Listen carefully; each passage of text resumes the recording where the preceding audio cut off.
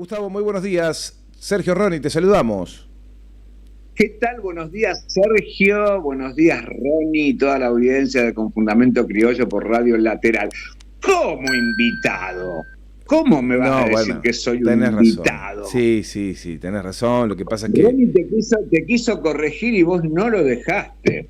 claro, me refiero a sumarte a esta charla, invitarte a esta charla en particular del clima, de cómo estamos arrancando la semana. Y si es cierto que porque cambió el mes, ya estamos más aliviados.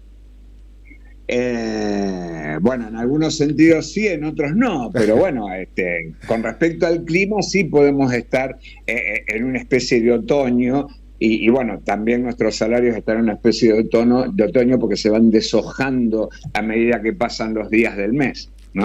Claro. Es una buena analogía, el otoño nos agarra en todo terreno, en 3D.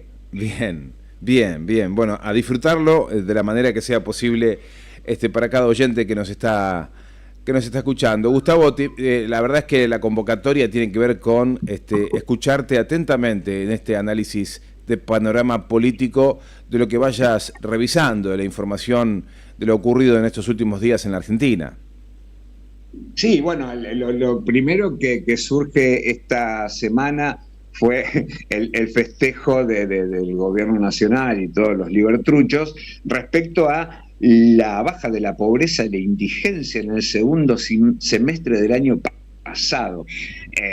Están chochos con eso porque la pobreza medida por el INDEC finalizó con el 38,1% de pobreza y la indigencia del 8,2% en el segundo semestre de 2024, y eso hace que el gobierno nacional se vanaglorie respecto a que con su modelo de despojo, de restricción, de abandono del Estado en las áreas más sensibles de la población para beneficiar a los menos sensibles, que son los insensibles más ricos del país, un puñado, bajó la pobreza a pesar de que baja el consumo, las cifras oficiales están demostrando.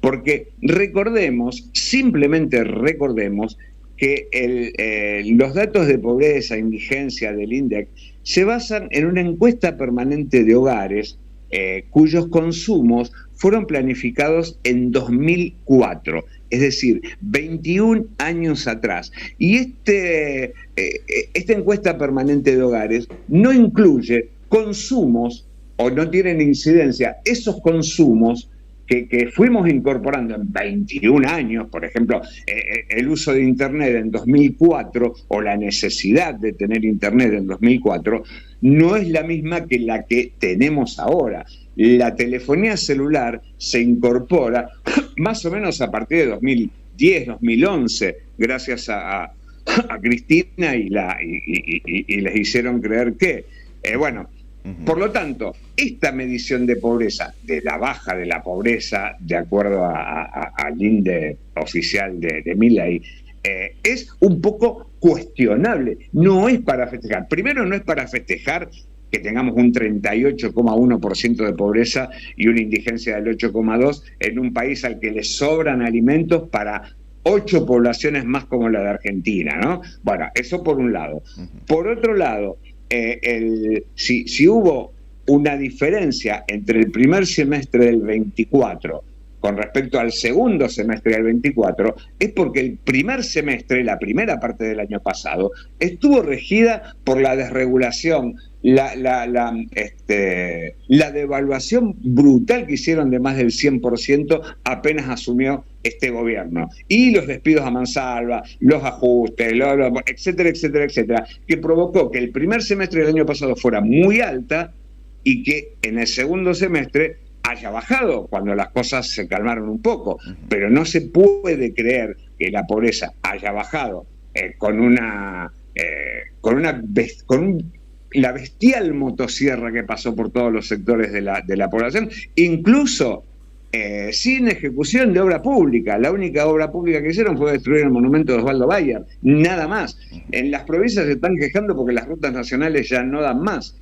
Así que yo la verdad que este índice de pobreza que celebra el gobierno, no le creo, no hay que creerle, porque es un gobierno que gestiona para un puñado de personas, para menos de un 10% de la población, y parece increíble que esos planes de saqueo, de despojo, de fuga, de timba, beneficien a la mayoría de la población. Es increíble que eso pueda ocurrir en un país como debe ser. Así que no me imagino que esto sea real y no hay que abrazarse. Lo que pasa es que los gobiernos que ganan elecciones son aquellos que logran en el previo a las elecciones bajar el número de pobreza y bajar el número de inflación. Pero no puede haber un gobierno que gane elecciones si no genera nuevos puestos de trabajo y si no genera satisfacción en gran parte de la población. Esto no se condice con lo que ocurre en nuestra realidad. Así que bueno, hay que desconfiar de esos números porque los que nos están gobernando son unos embusteros, unos perfectos embusteros. Así es, así es. El saqueo de la deuda es otro de las pinzas, ¿no?, que nos están persiguiendo a todos. Los números trastocados, Gustavo, son básicamente lo que están escondiendo y que nos pega de forma directa. Pero la deuda no solo también tiene que ver con nuestra vida cotidiana y nuestras posibilidades recortadas, sino también ya empezamos a hablar con un impacto generacional, ¿no? Claro, lo que pasa primero, por un lado, no se valora el momento en que Néstor Kirchner saldó la deuda con el FMI y lo desalojó del país para que no incida más en nuestras políticas de gobierno. Y tampoco se valora cómo mejoró la situación de gran parte de los trabajadores desde ese momento. No tanto como se hubiera querido, porque si se hubiera logrado realmente una mayor distribución del ingreso, de las riquezas que genera el país, obviamente que las cosas hubieran sido diferentes o quizá no. Pero en este momento que se está hablando de la toma de deuda y escuchamos a los que justifican la toma de deuda diciendo que esto va a ser beneficioso para todos los argentinos, a uno realmente le da dolor de hígado, porque primero, todas las veces, inclusive la más reciente, que fue en 2018 con Mauricio Macri, esa guita no es que se reparte entre los 50 millones de argentinos y a cada uno le toca un poquito y que pueda hacer lo que quiere. Tampoco se derrama hacia inversiones, hacia desarrollo, hacia nada. Eso se fuga. Se fuga, y más aún cuando el mismo personaje que estaba en 2018 está ahora al frente del Ministerio de Economía. Por lo tanto, esa plata que va a venir va a ser beneficiosa para un puñado de tipos y va a ser perjudicial para todos nosotros, que vamos a tener que pagar la deuda que estamos pagando desde que Alberto Fernández, que dijo que la deuda era ilegítima, pero que después transó con el Fondo Monetario Internacional, hizo un acuerdo y nos va a tener atados por muchos años más esta deuda que se suma ahora, de que no se sabe cuánto es, porque aparte hay que ver esa truchada que hacen los tipos, de decir que ayer el acuerdo está cerrado, que son 20.000, que son de libre disponibilidad, que vamos a poder hacer lo que quiera, cuando en realidad eso sabemos que es mentira, que no va a venir toda esa plata junta y que no se va a poder hacer lo que se quiera con esa cantidad de plata, y que encima están liquidando, que esto está relacionado después con otra cuestión, de que el Banco Central está utilizando la plata de los ahorros, los dólares que los argentinos tienen ahorrados en los distintos bancos, para alimentar la fuga y mantener el precio del dólar barato para los que entraron, para que los que entraron en el carry trade, es decir, como decimos en el barrio, la bicicleta financiera, se pueda fugar esa guita. Están usando la plata que es intangible de las cajas de ahorro, de las cuentas corrientes, en dólares de los argentinos, para alimentar esto, que después no se sabe cómo se va a poder cubrir esta plata que se está utilizando. Esto puede generar una corrida bancaria, es decir, que gran parte de la gente que tenga dólares en las cajas de los bancos, la cierren y se queden con la plata aunque sea debajo del colchón. Bueno, ese es el escenario. Recordemos que Patricia Bullrich, cuando estaba en campaña presidencial, dijo que para crecer había que usar los ahorros de los argentinos. ¿De qué argentinos? De los de clase media para abajo, porque no de los que tienen una infinidad de dólares en cuentas en paraísos fiscales, y que son los que precisamente la fugan.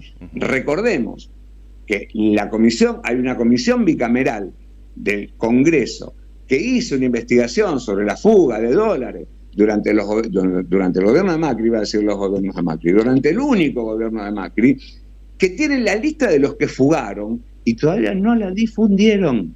Por lo tanto, es pensable que los mismos que fugaron en ese momento también la estén fugando ahora, porque para eso son estos planes, para ofrecer grandes beneficios a aquellos que vienen de afuera o que cambian sus dólares por pesos, la meten en algún tipo de bono o en alguna especie de plazo fijo especial, los cambian, compran dólares baratos y la guardan. Que ese es el mecanismo por el cual se vacía el país desde la dictadura para acá. Esos son los planes y encima esta cuestión de que el dólar está atrasado, de que hay que hacer una devaluación, de que y eso va a alentar que cuando el dólar aumente, obviamente cuando los que ya fugaron tengan resguardados sus dólares y que no tengan casi nada en pesos, que eso nos perjudica a todos nosotros porque ya están aumentando los productos de consumo de la canasta familiar de acuerdo a la futura devaluación que puede llegar a hacer el gobierno de acá a no sé cuántos meses. Y que cuando se produzca esa devaluación, esos precios van a volver a aumentar de acuerdo al porcentaje de devaluación que produzca el gobierno a conciencia. Por lo tanto, siempre nos perjudicamos, por lo menos el 90% de la población, con estos planes de ajuste y de enriquecimiento de una pequeña minoría. Por lo tanto, es mentira eso de que la deuda con el Fondo Monetario Internacional los va a beneficiar a todos. Mentira. Bien, hablaste ya del casino de los ahorros. Sí, el casino de los ahorros estamos en esto. Es decir, en parte con la plata que la gente, aparte de esa también está la cuestión cuando uno escucha a Caputo decir que esto va a ser beneficioso para la gente porque la gente está esperando tal cosa, ellos no hablan de la gente pensando en la mayoría de la población argentina, sino pensando en el puñadito de los tipos con los que se encuentran en restaurantes, en el club, en el country. No están pensando en nosotros no somos nada para ellos, nosotros no somos nada, somos una masa anónima que no incide para nada en las decisiones de ellos, ni de Milei, ni de Caputo, ni de Sturzenegger, ni de Patricia Bullrich. Para Patricia Bullrich nosotros somos gente golpeable y reprimible y gaseable, nada más que eso. Por lo tanto, esto que se está haciendo ahora es un perjuicio para gran parte de los argentinos en beneficio de una minoría absoluta. Y esto también abarca cuando se hacen los incrementos de tarifa, cuando se plantean, por ejemplo, en Capital Federal se está hablando de aumento de las tarifas del colectivo que van a estar en 400, en 500, en el interior del país. Es decir, nosotros estamos pagando tarifas del boleto de colectivo en más de 1.200 pesos, 1.300, no sé cuánto estará en Posadas, pero acá en Rosario el boleto único de transporte de pasajeros es 1.200 pesos. Sí, estamos hablando Claro, ¿viste? Estamos y acá en la provincia de Santa Fe todavía estamos resguardados de los aumentos de tarifa. Aumentó la tarifa de luz, de agua, de gas, pero ahora están pensando, el queridísimo gobernador Puyaro, chupamedias de Milei, pero que Milei lo castiga, en aumentar esas tarifas. Otra vez, se está pagando más del triple de lo que pagamos en el verano pasado en luz, en la EPE, Empresa Provincial de la Energía,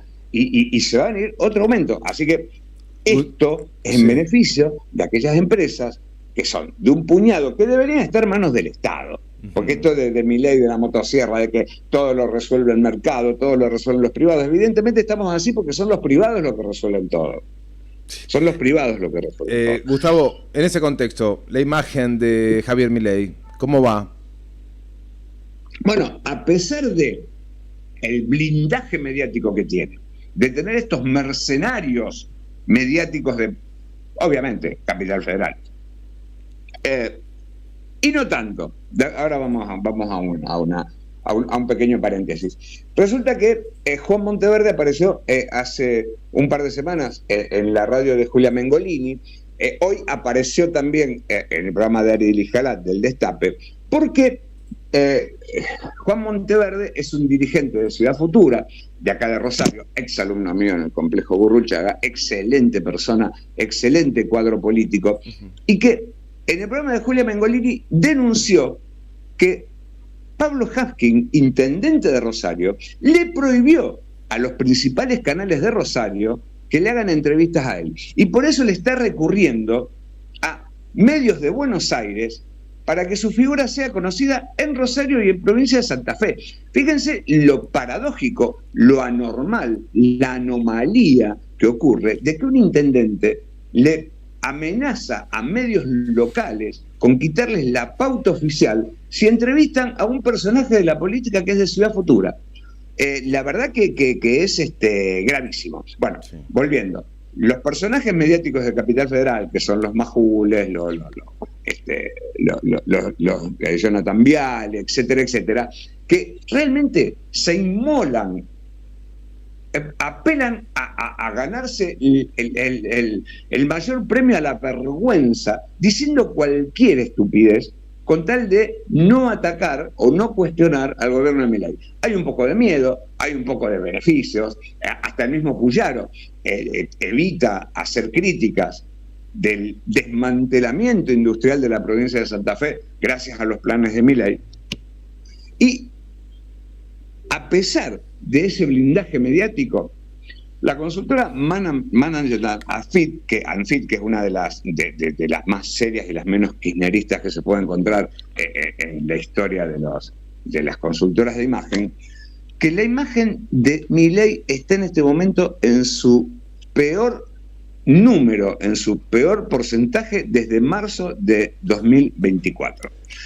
Y los dos motivos que hicieron caer la imagen positiva de Milei fue la estafa de la criptomoneda Libra y la designación, fíjense, no es el índice trucho, el aumento de precios, no, o la falta de trabajo, sino, hay que ver también en qué personas hacen esta encuesta, ¿no? Pero es por un lado la estafa Libra y por otro lado la designación por decreto de los jueces Lijo y Manuel García Mansilla para la Corte Suprema de Justicia. Evidentemente van a un público, son 2.200 personas encuestadas entre 16 y 25 años, andás a ver cómo encuestaron. Palermo, Hollywood. Dice que la... Claro, sí, en algún barrio cerrado, Recoleta. En algún barrio cerrado woke, como dice Milei, sí. Que serían los progres comunistas, marxistas. La imagen positiva de Milei en este estudio de marzo fue, de marzo del 2024, fue del 44,5%, y ahora es casi como 3 puntos menor que la de marzo del año pasado.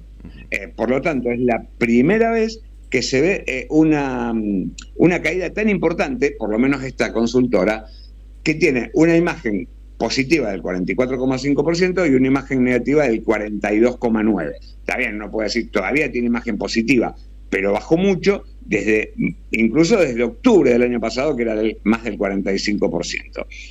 Así que bueno, eso es importante, a pesar del blindaje, a pesar de los engaños, a pesar de las mentiras de Milei. Y otra de las grandes mentiras es el próximo punto. A ver, enuncialo. Sí, absolutamente de acuerdo con vos, que tiene que ver con la amistad entre Trump y Javier Milei. ¿Qué amistad? Exactamente. Nosotros hemos visto que Javier Milei, cuando se encontró con Trump, incluso previo a las elecciones norteamericanas, le hacía reverencia, lo idolatraba como si fuera el Buda, bueno, por la panza puede ser, pero reconoció la semana pasada, y que pasó prácticamente desapercibida por los grandes medios, y que a lo mejor es un datito menor, pero es un detalle importante, porque el tipo se ufanaba de tener una enorme amistad con Donald Trump y de que hablaba por teléfono. No comía milanesas como con Macri, pero sí estaba en contacto directo, y que justamente ese era el espaldarazo que Milei quería para que le den el préstamo con el Fondo Monetario Internacional. Pero en realidad Javier Milei, en una entrevista que le realizó el Washington Post, dijo que Donald Trump no le atiende el teléfono. Milei dijo que no tiene contacto directo con Trump y que prefiere seguir los canales oficiales del Departamento de Estado, es decir, por vías diplomáticas.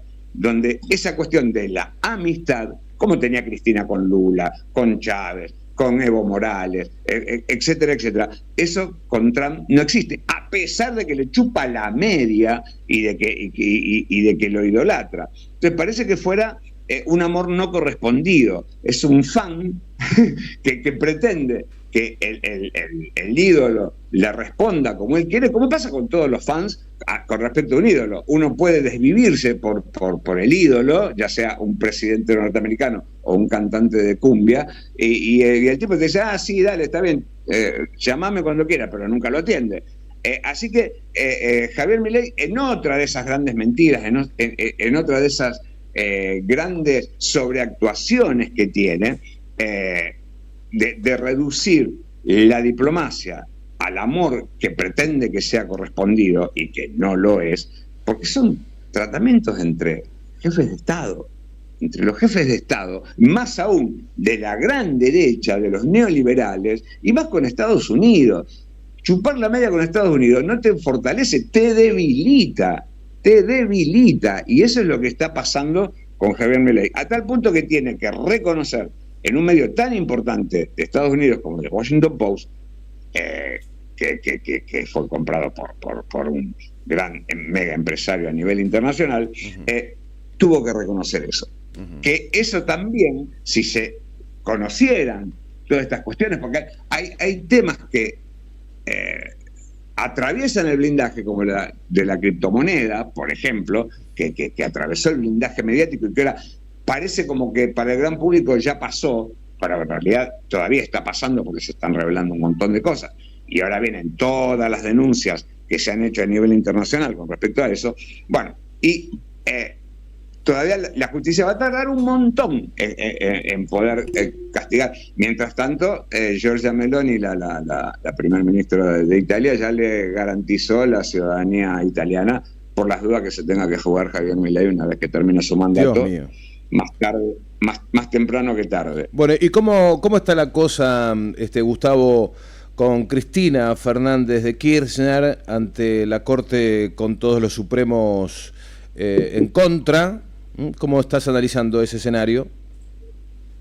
Bueno, este gobierno, para tapar sus tropelías, para tapar sus tranzas, para tapar sus torpezas también, porque es un gobierno que, como nunca hemos visto, que se dispara tanto en los pies que uno puede entender por qué Milei tiene los pies chiquititos, pies casi como de... ¿Ustedes saben por qué camina mal Milei cuando está así presentándose, que parece que se bamboleara? Porque usa zapatos de talla más grande de lo que calza, para que no se vea la vergüenza de tener un pie tan chico. No sé cuál es ese problema de la diferencia o la relación que hay entre el pie y la masculinidad o la virilidad, pero bueno, aparentemente le da vergüenza tener pies chiquitos, porque aparte es un tipo chiquito, no es un gigantón, pero bueno, camina mal por eso.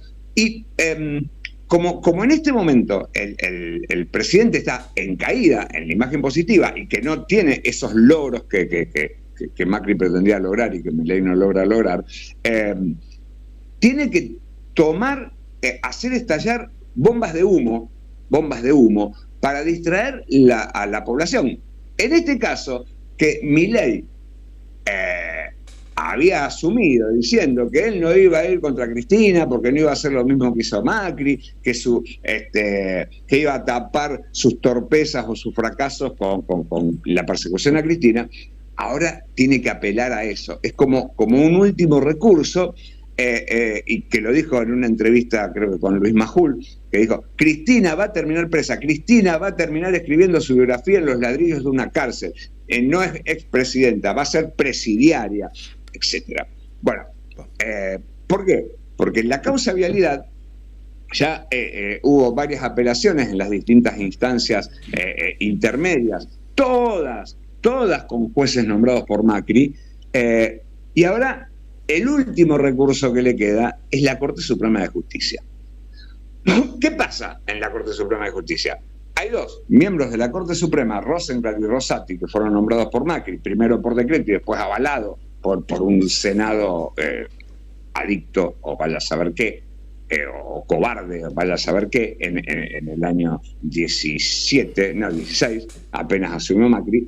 Y El otro es García Mansilla, puesto a dedo por decreto por Javier Milei, mientras se están tratando los pliegos en el Senado, que tardó más de un año. Entonces Cristina hace un recurso de queja, y además el otro miembro de la Corte, Ricardo Lorenzetti, fue el que avaló durante los 4 años del gobierno de Macri todo el lawfare que se hizo en contra de Cristina, y avaló también la ejecución de un juicio que es absolutamente trucho durante el gobierno de Alberto Fernández, que tampoco hizo nada para frenarlo. Bueno, ¿qué pasa? Cristina está condenada de manera injusta, de manera injustificada, sin pruebas, con una causa, con un juicio totalmente amañado, donde importó más el alegato de Luciani, que lo hizo en base a cosas que no se habían discutido durante 3 años de juicio, sino con pruebas nuevas que no se pudieron refutar, como debe ser durante el juicio, porque fue en el alegato. El juez Jiménez Uriburu, que era el que jugaba con el fiscal Luciani en la quinta de Macri, es decir, hay una complicidad que no se puede eludir, que no se puede prácticamente desdeñar, para decir a Cristina la condenaron, y el mismo juez Jiménez Uriburu en su sentencia dice, aunque no hemos podido demostrar, como pasó con Lula, sabemos que Cristina es culpable, la condenaron, listo.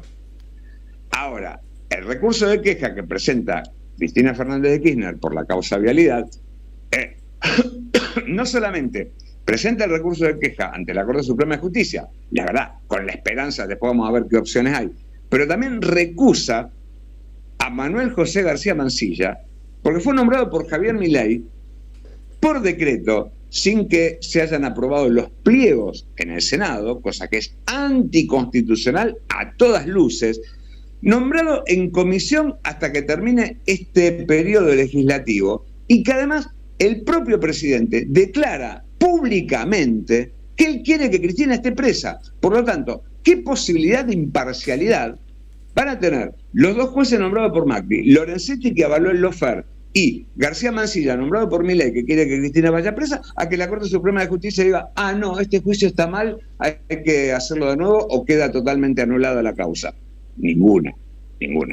Ahora, pensar en que Cristina puede estar o presa, no va a estar en una cárcel común por edad, va a estar en prisión domiciliaria, con una tobillera en el domicilio que ella elija, recluida, y uno no se lo imagina.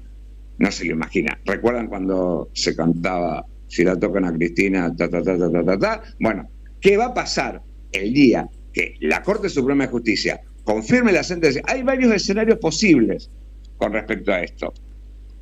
Por un lado, la Corte Suprema de Justicia puede aceptar el recurso de queja, este recurso extraordinario, que sería lo normal en condiciones jurídicamente estables, pero como en este caso, con una Corte Suprema de Justicia amañada de esta manera, puede revocar la sentencia, lo cual no creo que sea el escenario más posible. Puede decir, no me meto, sigue la sentencia, apelar a un artículo que tiene la Corte y decir, no voy a tocar este tema. No creo que haga la absolución de Cristina, porque podría rechazar la condena, al menos, incluso hasta si la redujera, tampoco puede hacerlo, pero el conflicto judicial, el nudo judicial que se ha armado durante los años del lawfare, que son los últimos años del gobierno de Cristina, desde 2013 en adelante, y los 4 años del macrismo, y lo que continuó con Alberto Fernández, que no trató de desanudar ese nudo del lawfare, puede pasar cualquier cosa. Gustavo, excelente. Estamos ya en el borde del horario. Me quedó el último punto, que es el Senado, que ibas a hacer una breve referencia.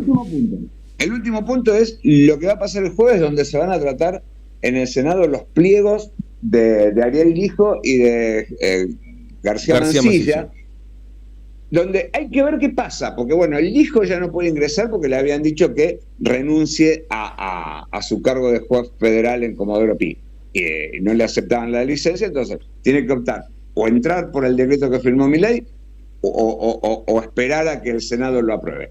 En estas condiciones, el Senado no va a aprobar ninguno de los dos pliegos, ni el del hijo ni el de García Mansilla. ¿Qué va a pasar con García Mansilla? Aparentemente su juramento también es ilegal porque él tenía que haber presentado primero la renuncia a su licencia a su matrícula de abogado de grandes empresas energéticas. Todos los jueces de la Corte están cuestionados y todos los jueces en general federales, por su ligazón con grandes empresas nacionales y multinacionales. Por lo tanto, si uno quiere una justicia, entre comillas, justa, habría que barajar y dar de nuevo, echar a todos los jueces que están ahora sin beneficio y elegir nuevos, no sé de qué manera. Es difícil, ¿eh? Por lo menos dentro de los próximos 60 años no va a pasar. Bueno, pero ¿qué derivación concreta tiene lo del Senado si se vota en contra de estos pliegos?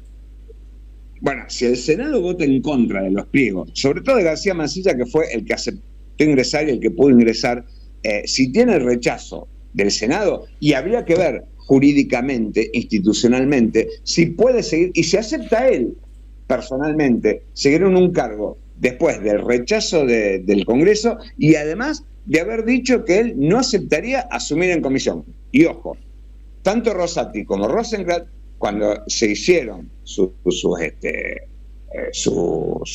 audiencias, sus interpelaciones en el Senado, dijeron que estaba mal nombrada en comisión porque no correspondía de acuerdo a los mandatos constitucionales. García Mansilla también había dicho lo mismo y sin embargo aceptó asumir como miembro de la Corte en comisión hasta finales de este periodo legislativo. ¿Qué pasará si el Senado, por mayoría, como parece que puede ser, rechace los dos pliegos?